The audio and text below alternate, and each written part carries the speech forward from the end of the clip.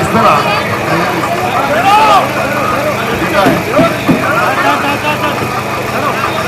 వాళ్ళకి చెప్తారా కమిటీ అనంటే మనం పాత ఇనాగ్రేట్ చేసినా కదా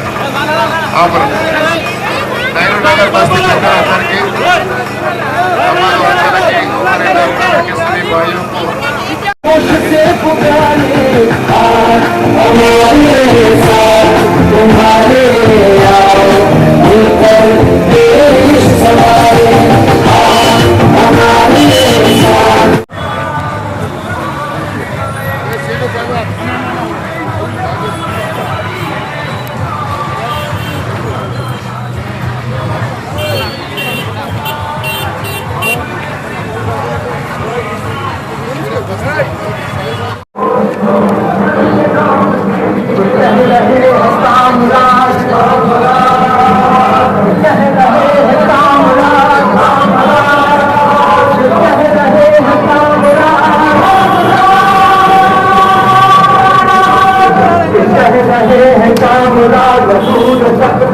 రెడ్డి గారు మన మినిస్టర్ గారు వచ్చారు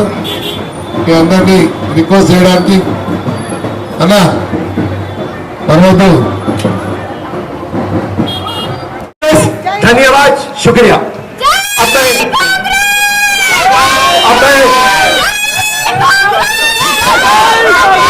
ఇప్పుడు నేను మా star campaigner incharge Secunderabad honourable minister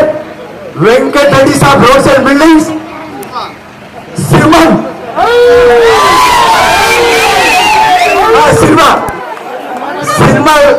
cinema తండ్రి ఎవరికైనా ఆ పిక్చర్ లో ఛాన్స్ కావాలంటే ఇప్పిస్తేసా హీరో కావాలి హీరోయిన్ కావాలంటే అన్నకు పెట్టుకో మా తమ్ముడు ఫిరోజ్ భాయ్ అలాగే మా అన్న మీ కాబోయే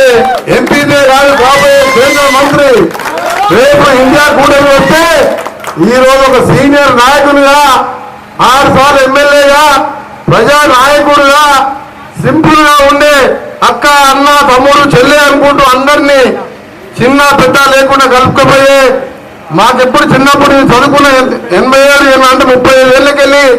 వారు ఎమ్మెల్యే తిరిగేవాళ్ళం. అప్పుడు ఆయన ఎమ్మెల్యే కానీ నేను ఎమ్మెల్యే కానీ ఆ తర్వాత ఆయన 6 సార్లు గెలిచిండు, నేను 5 సార్లు ఎమ్మెల్యేగా ఒకసారి పార్లమెంట్ మెంబర్ గా ఎన్నికైనా అంత మంచి నాయకుని మేమందరం కూడా సికింద్రాబాద్ లో ఈసారి కాంగ్రెస్ గెలవాలని దండం పెట్టి మరీ బదిలాలి కాంగ్రెస్ పార్టీకి టికెట్ ఇప్పించడం జరిగింది. వాళ్ళకి అందరం కూడా కోరినాం ముఖ్యమంత్రి గారు మేము తిరిగే వాళ్ళం